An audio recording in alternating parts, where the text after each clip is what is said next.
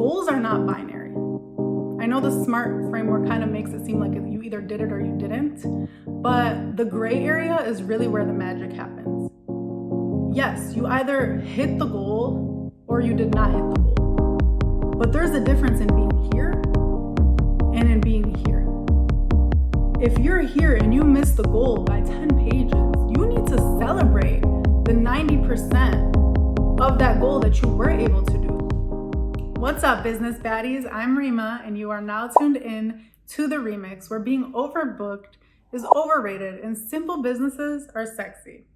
Today, we're gonna talk about why your New Year's resolutions may be blocking your blessings. They are not doing for you what you think they're doing.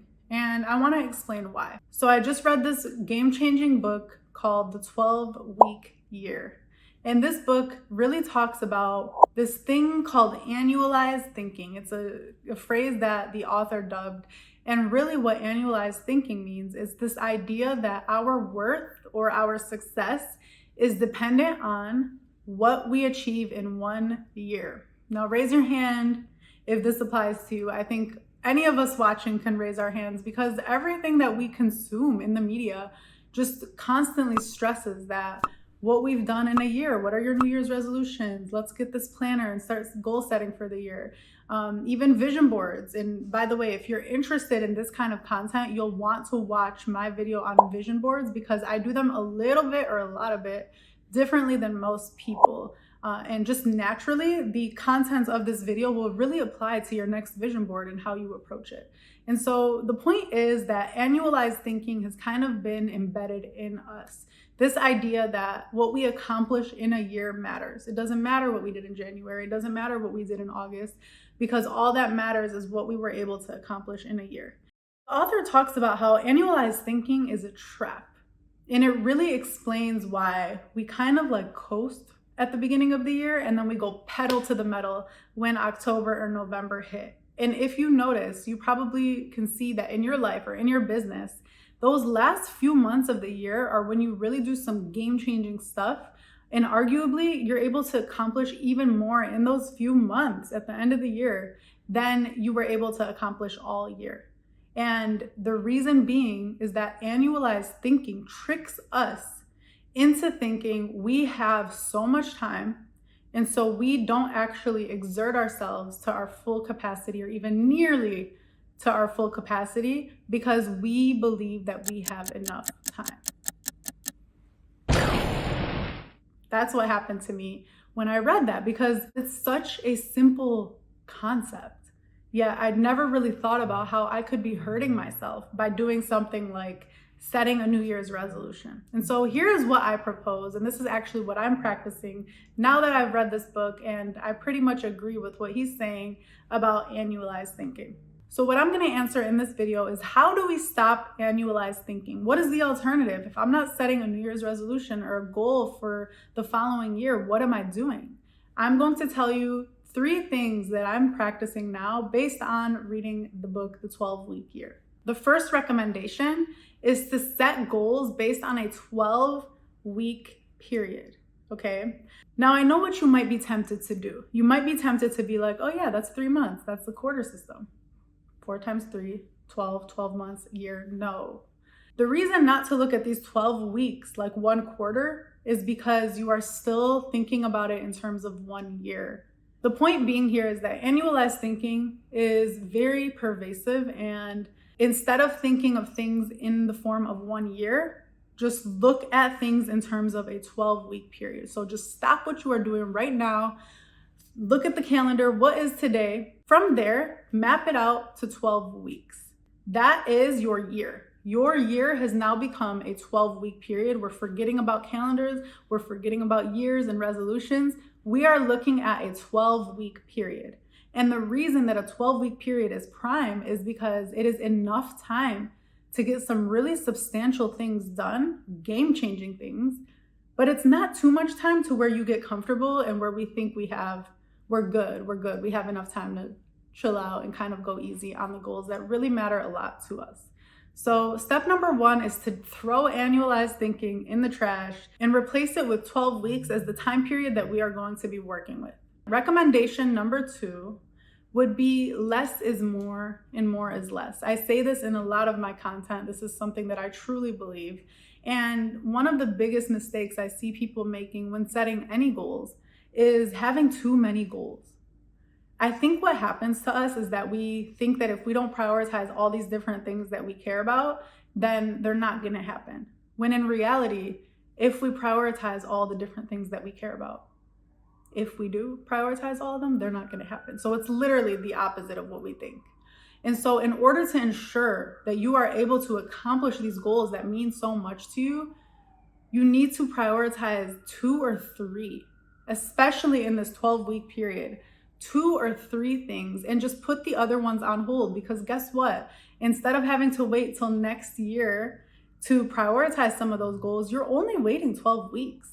You're able to prioritize the top 2 or top 3, and then at the end of this 12 weeks, and arguably in 13 weeks, you could be working on that other goal that you have set aside as not as urgent right now. So step 2 is to look at all the things that you care about, look at all the things that you may have written down as a New Year's resolution, and instead of setting them as a resolution, pick 2 or 3 and set them as your goals for this 12-week period. Now, before we move on to the final recommendation, I just want to talk about the importance of setting SMART goals. If you have not heard of this acronym SMART, it is something I used a lot actually with my students when I was a teacher, and it's something that's always used in the personal development, personal growth world.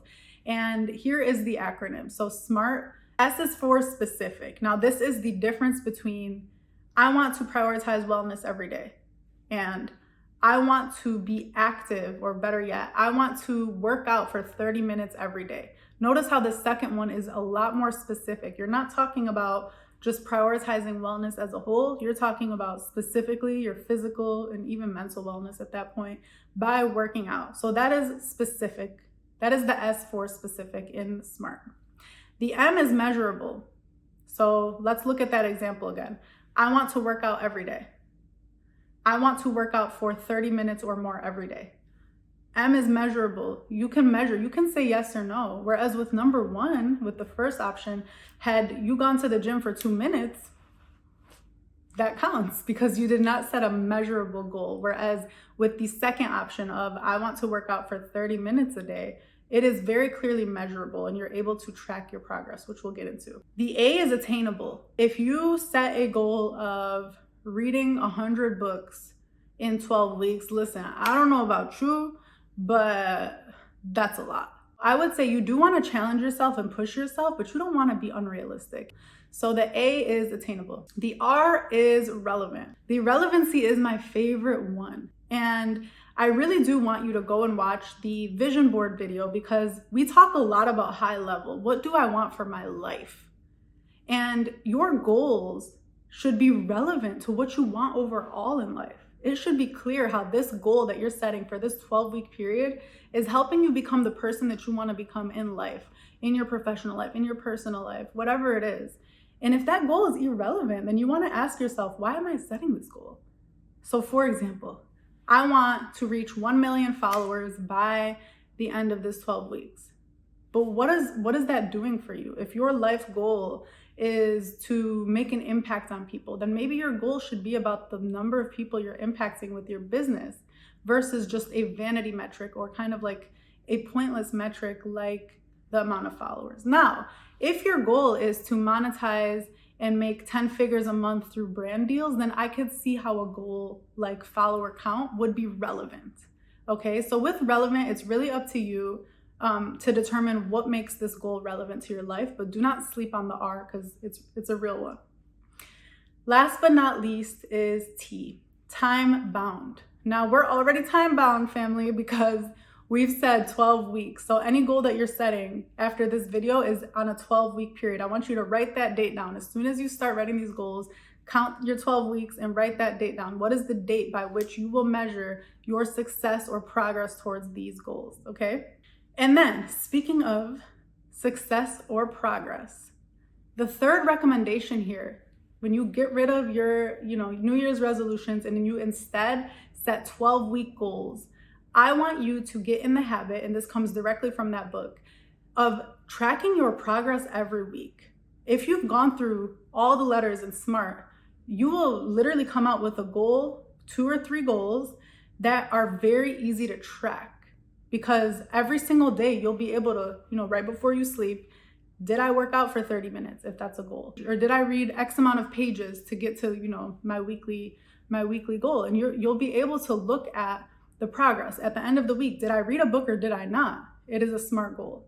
You'll want to create space every week to look at your progress towards your goals so that you can adjust accordingly. Now, I want to stop us here for a second. Goals are not binary. I know the SMART framework kind of makes it seem like you either did it or you didn't, but the gray area is really where the magic happens. Yes, you either hit the goal or you did not hit the goal. But there's a difference in being here and in being here. If you're here and you missed the goal by 10 pages, you need to celebrate the 90% of that goal that you were able to do. I really want to lovingly remind us, all of us, myself included, to not be all or nothing about goals, especially in your week-to-week progress, because what you will find is oftentimes what prevents us from reaching our 12-week goals or any goals that we set in life is the discouragement that we feel if we're not perfect week by week or day by day. So I want to encourage us to use these progress sessions to look at your progress and adjust accordingly. If you were short of your goal, ask yourself, be gentle. Don't just say, I suck, I'm the worst, I give up, I throw the towel. No. This is a game. This should be fun. It's like, all right, bet. I was supposed to be at this many pages. I really only read this much. That day, this thing happened that I wasn't really, I didn't expect to happen. So this following week, I'm going to set my alarm 30 minutes earlier every morning so that I'm carving out time to read this many pages, because this goal is very important to me and relevant to my life. And so next week, I'm going to be at 100%. And I think that is a way healthier, more loving, more self-compassionate, and more effective way to reach our goals. So recommendation number 3 is to look at these 12-week goals, the 2 or 3 goals that you've set, and create space every week, pick a day every week to look at your progress towards these goals and ask yourself what went well and what could have gone better so that you can come back better the next time. So I really hope this is challenging you to think about how your New Year's resolutions might not be the best way to look at your goal.